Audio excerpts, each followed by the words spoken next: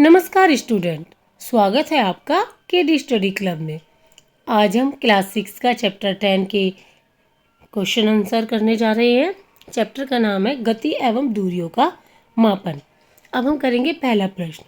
वायु, जल तथा थल पर उपयोग किए जाने वाले परिवहन के साधनों में प्रत्येक के 2 उदाहरण लिखिए। वायु में कौन से परिवहन चलते हैं? तो वायु परिवहन हो गए हेलीकॉप्टर और हवाई जहाज। पानी में यानी जल में परिवहन जो चलते हैं वे हैं नाव और जहाज। थल यानी कि जमीन पर जो परिवहन चलते हैं, आप इसमें बस, कार, साइकिल बहुत लिख सकते हो, तो हमें 2 ही लिखने हैं, हम लिख देते हैं कार और बस। प्रश्न 2, रिक्त स्थानों की पूर्ति कीजिए। 1 मीटर में 10 सेंटीमीटर होते हैं, 1 मीटर में 100 सेंटीमीटर होते हैं, 5 किलोमीटर में डैश मीटर होते हैं। हमें पता है 1 किलोमीटर में 1000 मीटर होते हैं, तो 5 से गुणा कर देंगे 1000 को, आ गया 5000, तो 5 किलोमीटर में 5000 मीटर होते हैं। झूले पर किसी बच्चे की गति डैश होती है, आवर्ती गति होती है। किसी सिलाई मशीन की सुई की गति डैश होती है, वह भी आवर्ती गति होती है। किसी साइकिल के पहिए की गति डैश होती है, वो गोल गोल घूमता है, तो वह वर्तुल गति होती है। प्रश्न 3, पग अथवा कदम का उपयोग लंबाई के मानक मात्रक के रूप में क्यों नहीं किया जाता? हमने पढ़ा था, क्योंकि देखो पग है, कदम है, तो हर किसी के पैर, किसी के छोटा होता है, किसी का बड़ा होता है, हर किसी के पैर अलग अलग होते हैं। आप किसी लंबाई को मापेंगे, हो सकता है आपके 10 पैर में ही वो आ जाए, दूसरे के 11 में आए, किसी के 12 में आए और किसी के आपसे कम में आए, 9 में आए। तो इसलिए ये मानक तो नहीं कहलाएगा ना, सबका सेम नहीं आ रहा है, तो इसलिए हम इसे इस तरीके से लिखेंगे। एक व्यक्ति के पैर का आकार दूसरे व्यक्ति के पैर के आकार से अलग होता है।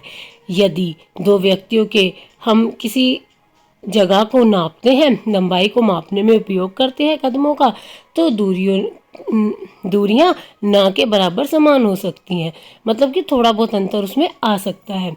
इसलिए एक पैर स्थिर मात्रा नहीं है, इसीलिए हम कदम का उपयोग लंबाई के मानक मात्रक के रूप में नहीं करते। प्रश्न 4, निम्नलिखित को लंबाई के बढ़ते परिमाणों में व्यवस्थित कीजिए। मतलब सबसे छोटा, फिर उससे बड़ा, फिर उससे बड़ा, फिर उससे बड़ा। सबसे छोटा होता है हमारा 1 मिलीमीटर, फिर थोड़ा उससे बड़ा हो जाएगा हमारा 1 सेंटीमीटर, फिर 1 मीटर और फिर किलोमीटर। तो हमारा नंबर 1 पे क्या आया? मिलीमीटर, 2 पे सेंटीमीटर, 3 पे मीटर और 4 पे किलोमीटर। प्रश्न 5, किसी व्यक्ति की लंबाई 1.65 मीटर है, इसे सेंटीमीटर तथा मिलीमीटर में व्यक्त कीजिए। देखो हमने पढ़ा है ना कि 1 मीटर में 100 सेंटीमीटर होते हैं, तो अब हमारे को 1.65 मीटर में कितने सेंटीमीटर होंगे, तो उसे हम 100 से गुणा कर देंगे, तो हमारा कितना सेंटीमीटर आ जाएगा? 165 सेंटीमीटर। अब 1 सेंटीमीटर में, अब उसने दूसरा कहा मिलीमीटर में, तो 1 सेंटीमीटर में 10 मिलीमीटर होती, सॉरी 1 मीटर में 100 सेंटीमीटर होते हैं, उसे हमने मल्टीप्लाई करा, तो 1 सेंटीमीटर में 10 मिलीमीटर होते हैं और 1 मीटर में 100 सेंटीमीटर होते हैं। तो इस हिसाब से 1 मीटर में 1000 मिलीमीटर हो गए, तो 1.65 को हम 1000 से मल्टीप्लाई कर देंगे, तो 1650 हमारा आंसर आ जाएगा, 1650 मिलीमीटर। प्रश्न 6, राधा के घर तथा उसके स्कूल के बीच की दूरी 3250 मीटर है, इस दूरी को किलोमीटर में व्यक्त कीजिए। तो हमने पढ़ा है 1 मीटर में 1 मीटर बराबर होता है 1000 किलोमीटर के। जब 1000 किलोमीटर के बराबर है, तो हमें तो इसका आंसर किस में निकालना है? मीटर है, किलोमीटर में निकालना है, तो इसे हम क्या करेंगे? 1000 से डिवाइड कर देंगे, तो इसका आंसर आ जाएगा 3.250 किलोमीटर। ठीक है ना।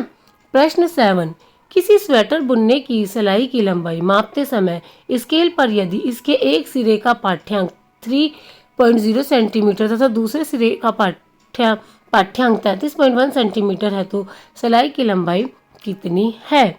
अब आपको सिलाई की उसकी लंबाई मापनी है, ठीक है। तो सिलाई के एक सिरे का पाठ्यांक 3.0 सेंटीमीटर है और दूसरे का 33.1 है। तो सिलाई की लंबाई बराबर हो जाएगी दोनों सिरों के बीच की दूरी। तो आपको 33.1 बड़ा है, उसमें से घटा देना है 3.0 सेंटीमीटर। तो ये 33.1 माइनस 3.0, हम इसको सॉल्व करेंगे तो हमारा आ जाएगा 30.1, ठीक है। अब हम करेंगे 8वां सवाल। किसी चलती हुई साइकिल के पहिए तथा चलते हुए छत के पंखे की गतियों में समानताएं तथा असमानताएं लिखिए। इनमें क्या समानताएं हैं और क्या असमानताएं हैं। तो देखो, जैसे हम पंखे के ब्लेड और साइकिल के पहिए एक बिंदु पर निश्चित निश्चित किए जाते हैं, मतलब पंखड़ियां भी बीच में आके मिलती हैं, है ना, एक गोले के सर्कल में, और साइकिल के वो भी मिलते हैं, जैसे ये बीच में सर्कल होता है, ऐसे ऐसे ऐसे पहिए के, वो ऐसे करके साइकिल के पहिए से वो जुड़ी होती है ना। और इसी प्रकार से पंखा का बीच में ये होता है और ऐसे करके 3 या 4 जिसकी पंखड़ियाँ होती है ना, एक निश्चित उस पर मिल रहे हैं ना बीच में आके, और दोनों के पास उनके संबंधित निश्चित बिंदु पर वर्तुल गति करते हैं, मतलब कि दोनों ही गोल गोल गोल गोल ऐसे ही करके घूमते रहते हैं। तो अब इसमें असमानता क्या है। एक साइकिल में रैखिक गति होती है जबकि सीलिंग फैन के ब्लेड में रैखिक गति नहीं होती है। पंखे के ब्लेड की गति आवर्ती होती है जबकि एक साइकिल की गति आयताकार होती है, ठीक है ना। अब हम पढ़ेंगे प्रश्न 9। आप दूरी मापने के लिए किसी लचीले फीते का उपयोग क्यों नहीं करते।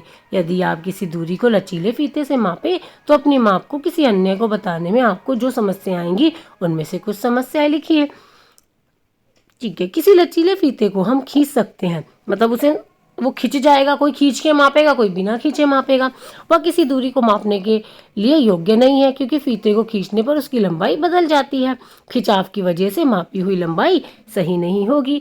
अगर हम एक ही वस्तु की लंबाई किसी लचीले फीते से 2 बार मापते हैं तो दोनों बार जो हम मापी हुई लंबाई है वो अलग अलग होगी, क्योंकि लचीले फीते में खिंचाव मुमकिन हो सकता है हम पहली बार उसे खींच दें और दूसरी बार ना खींचें, इस वजह से उसमें अंतर आ जाएगा, इसलिए हम लचीले फीते का उपयोग नहीं करते। आवर्ती गति के 2 उदाहरण लिखिए।